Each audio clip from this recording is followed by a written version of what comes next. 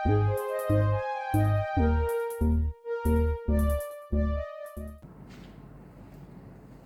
Back to your on YouTube channel physical education with Nikhil. आज की इस वीडियो में हम पोस्चर डिफॉर्मिटी के बहुत इंपॉर्टेंट टॉपिक बो लेग्स के बारे में पढ़ेंगे।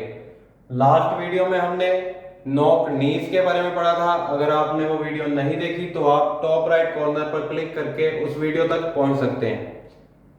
तो वीडियो शुरू करने से पहले यही रिक्वेस्ट है कि वीडियो को पूरा लास्ट तक देखें और अगर वीडियो अच्छी लगे तो लाइक और शेयर जरूर करें। तो चलिए बिना समय गवाए बढ़ते हैं आज की वीडियो की ओर। सबसे पहले बो लेग्स का मीनिंग समझेंगे। Bow legs refers to a condition in which a person's legs appear bowed even when the ankles are together. तो बो लेग एक ऐसी कंडीशन है जिसमें एक पर्सन की जो लेग्स होती हैं वो बो की तरह दिखाई देती हैं। बो यानी कमान। इस कंडीशन में क्या होता है कि उसकी लेग्स जो होती हैं वो आउटवर्ड बेंड हो जाती हैं।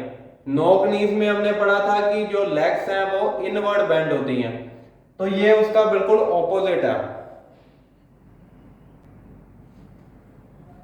इसमें क्या होता है कि एंकल जब साथ जुड़े होते हैं तब भी लेग्स जो है वो आउटवर्ड बेंड दिखाई देती हैं। इसको एक और नाम से जाना जाता है, वो मैं आपको इस वीडियो के लास्ट में बताऊंगा कि इसका दूसरा नाम क्या है। It is normal in babies due to their position in the वॉर्म which gets corrected after 3 years of age. तो ये कंडीशन बच्चों में नॉर्मल देखी जाती है। न्यू बोर्न जो बेबीज होते हैं उनमें ये कंडीशन नॉर्मल है क्योंकि उनकी जो पोजीशन होती है वॉर्म में उसमें उनकी बॉडी इरेक्ट नहीं रह सकती। तो इसलिए न्यू बोर्न जो बेबीज होते हैं उनकी जो लेग्स है वो बो दिखाई देती हैं। तो ये कंडीशन 3 साल की उम्र के बाद ठीक हो जानी चाहिए। अगर वो ठीक नहीं होती तो उसके निम्नलिखित कारण हो सकते हैं। इन कारणों के बारे में पढ़ने से पहले मैं आपको बो लेग की तस्वीर शेयर करूंगा जिससे आपको पता चल सके कि बो लेग्स दिखती कैसी हैं।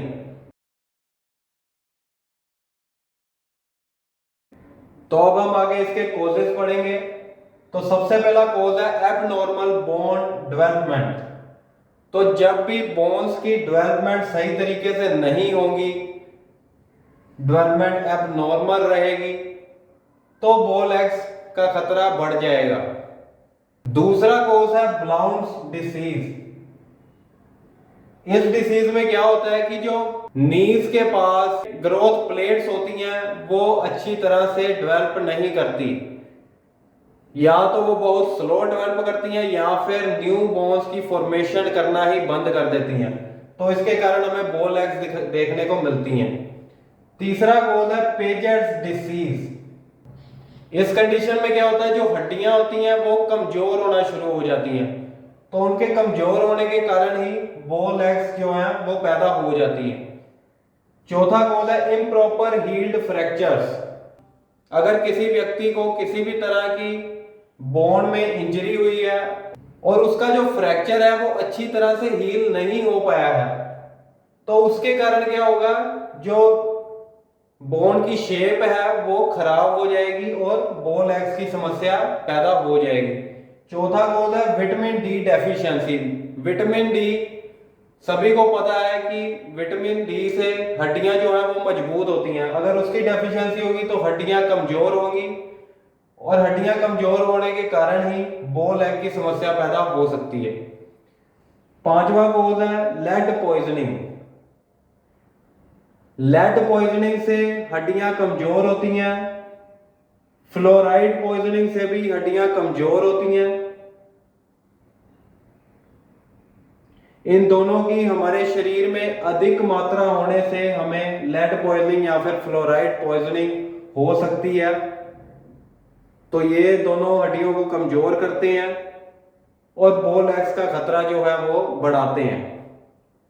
सातवां पॉइंट है रिकेट्स। रिकेट से क्या होता है कि जो हड्डियां होती हैं वो सॉफ्ट हो जाती हैं। हड्डियों के सॉफ्ट और कमजोर होने के कारण ही बो लेग्स की समस्या पैदा हो जाती है।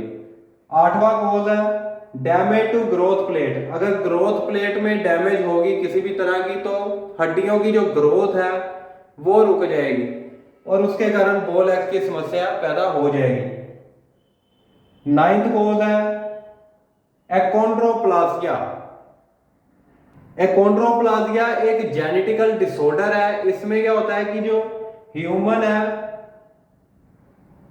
उसकी आर्म्स और लेग्स जो हैं वो शॉर्ट रह जाती हैं, जबकि उसका टोर्सो यानी जो धड़ है वो नॉर्मल व्यक्ति की तरह ही होता है, बट उसकी आर्म्स और लेग्स जो हैं वो काफी छोटी रह जाती हैं। तो इसके कारण भी बो लेग्स की समस्या जो है वो हमें देखने को मिलती है। माफ कीजिएगा, मुझसे नंबरिंग गलत हो गई है, ये पॉइंट्स 11 ही हैं, बट मैंने 5 जो है वो 2 बार लिख दिया है और यहां टोटल 9 पॉइंट्स कर दिए हैं, तो इसको हम ठीक कर लेते हैं। यहाँ 6th पॉइंट है, यहाँ 7, 8, 9, 10 और ये टोटल 11 पॉइंट्स ही हैं। लास्ट पॉइंट है ओस्टियोजेनेसिस इम्परफेक्टा। इसमें क्या होता है कि हमारी जो बॉडी की प्रोटीन बनाने की एबिलिटी है उसमें चेंजेस आ जाते हैं और वो एबिलिटी जो है वो कम हो जाती है, जिसके कारण हड्डियां जो है वो कमजोर होती हैं, उनकी स्ट्रेंथ पर इफेक्ट पड़ता है। तो इसके कारण भी बॉल एक्स की समस्या देखने को मिलती है। आगे हम अगर इसकी ट्रीटमेंट की बात करें तो बॉल एक्स की ट्रीटमेंट स्पेशल शूज से भी हो सकती है, जिसमें पैरों की सही अलाइनमेंट की जाती है और एक अच्छा कंफर्ट दिया जाता है हमारी लेग्स को। दूसरा तरीका है ब्रेसेस। ब्रेसेस होता है कि एक फ्रेम देना। अगर हम अपनी लेग्स को एक ऐसे तरीके में बांध कर रखेंगे ब्रेसेस के द्वारा तो हमारी जो लेग्स हैं वो ठीक हो सकती हैं। जैसे दांतों के लिए ब्रेसेस आते हैं वैसे ही बो लेग्स के लिए भी ब्रेसेस आते हैं। तीसरा है कास्ट। कास्ट में भी हम अपनी लेग्स को बांध कर रख सकते हैं। चौथा पॉइंट है सर्जरी। सर्जरी बहुत ही क्रिटिकल सिचुएशन में की जाती है। अगर काफी ज्यादा उस व्यक्ति को पेन है बो लेग्स के कारण तब वो सर्जरी की ओर जाएगा, जिसमें उसकी लेग्स को आर्टिफिशियली ठीक किया जाएगा। पांचवा पॉइंट है ट्रीटमेंट ऑफ डिसीजेस और कंडीशंस दैट कॉज बो लेग्स। कोई भी इस तरह की बीमारी या फिर कंडीशन जिसके कारण बो लेग्स की समस्या आ रही है उस कंडीशन को ठीक करना। तो लास्ट में हमारा जो जवाब रह गया था बो लेग्स को